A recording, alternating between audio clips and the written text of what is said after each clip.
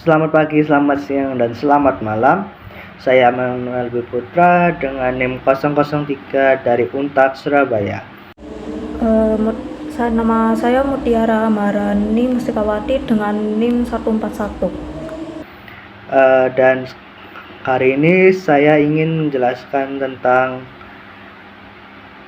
Battle of Surabaya, yaitu film animasi buatan Indonesia yang sempat booming tahun 2018 dan dibuat tahun 2015 dengan durasi 1 jam 39 menit dan disutradari oleh Bapak Ariano dan juga diproduksi oleh MSV Picture.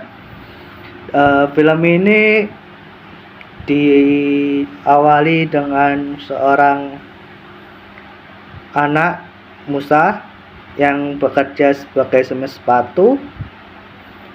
Dan juga di awal-awal film ini tuh digambarkan bahwa kekalahan Jepang dari Amerika, yang dimana semua orang tahu bahwa saat Jepang dibom,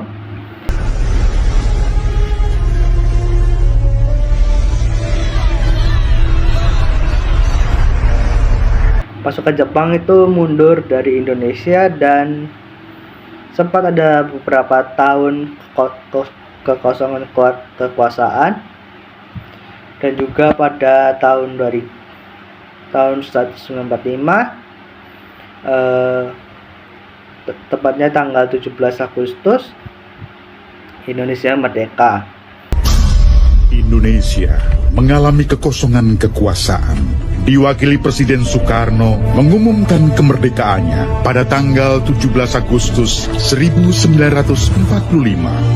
Meskipun begitu, para penjajah, lebih tepatnya orang Inggris atau orang Belanda, itu tidak terima dengan kemerdekaan Indonesia, jadi Indonesia kembali dijajah. Berdasar perjanjian Wina 1942, sekutu, terutama Belanda, menganggap Indonesia adalah hak atas kemenangan perang sebagai bagian dari Hindia Belanda. Belanda ingin menguasai Indonesia kembali. Dan pada tanggal 10 November terjadilah perang di Surabaya. Pasukan Belanda dalam Afnei dan Nika mendarat di Surabaya, merupakan titik awal konflik perdamaian.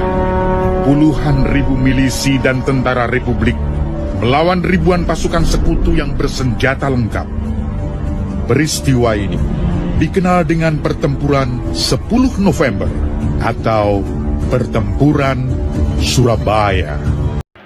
Dan film ini menceritakan banyak sekali cerita-cerita mengenai kepahlawanan para pahlawan dan juga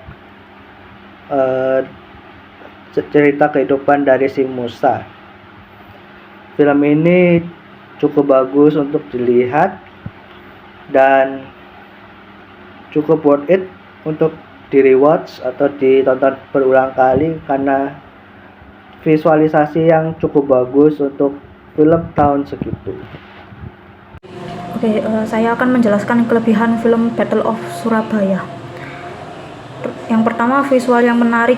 Film ini cukup memukau, terutama dalam menggambarkan suasana pertempuran dan juga semangat para arek-arek Surabaya, terutama detail-detail kecil seperti kostum, senjata, dan latar kota Surabaya pada saat itu.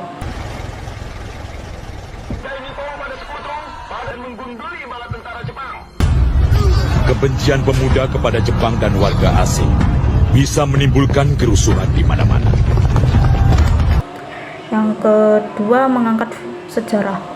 Film ini berhasil membawa sejarah pertempuran 10 November Surabaya ke layar lebar dalam format yang lebih mudah dicerna, terutama bagi generasi muda seperti kita.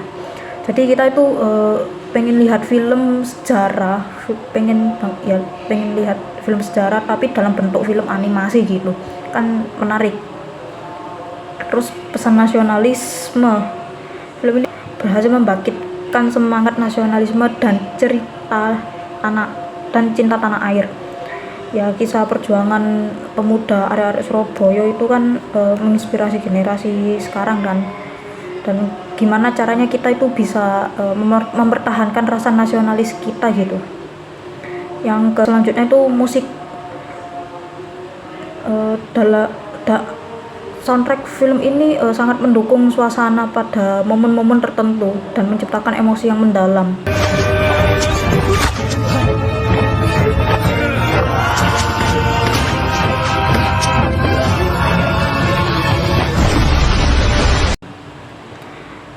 Terus alur cerita, banyak beberapa kritikus itu berpendapat bahwa alur film ini terkesan kurang kuat dan terkesan terlalu sederhana gitu ya, maksudnya itu ceritanya tuh simple dan terdapat ada plot yang terasa kurang berhubungan dengan baik. Terus akurasi sejarah, ya meskipun film ini mengangkat dari peristiwa nyata atau berdasarkan peristiwa sejarah gitu, tapi ada beberapa momen-momen itu diubah dan disederhanakan demi kepentingan alur ceritanya. Terus target audiens, oke, film ini ditunjukkan pada beberapa kalangan ya, seperti generasi muda, anak-anak, dan juga dewasa hingga dewasa. Tapi film ini mungkin lebih ke efektifnya itu disampaikan kepada anak-anak dan remaja yang mulai merasakan rasa ingin tahu bagaimana sih sejarah itu terbentuk, bagaimana 10 November ini tuh terjadi gitu. Terus potensi pendidikan film ini, potensi pendidikan film ini memiliki potensi yang sangat besar sebagai media pembelajaran sejarah bagi siswa atau mahasiswa seperti kita ini. Di samping itu ada pengajar atau guru agar pesan sejarah itu yang disampaikan itu bisa dapat dipahami atau pesan dalam sejarah itu bisa diambil. Kelebihannya sudah, berarti saya menjelaskan kekurangannya. Jadi terutama karakternya terlebih dahulu. Karakternya itu masih kurang kompleks dan kurang memahami, masih dalam pengembangan karakter dan masih kurang mendalami gitu. Dan juga voice actor masih kaku, masih kurang voice actornya masih kaku dan masih belum mendalami banget. Jadi film ini mendapatkan penghargaan, bahkan secara standar internasional film ini udah populer pada tahun 2018. Karena film ini kan ditayangkan pada 2015. Nah, baru terkenalnya tuh secara standar internasional itu 2018. Penghargaan pertama, Best Animation Hollywood International Motion Picture Film Festival 2018. Lalu Best Animation Film European Cinematography Awards 2018. Yang ketiga, International Film Festival 2018, nominee Best Film Amsterdam International Film Festival 2018, dan masih banyak lagi.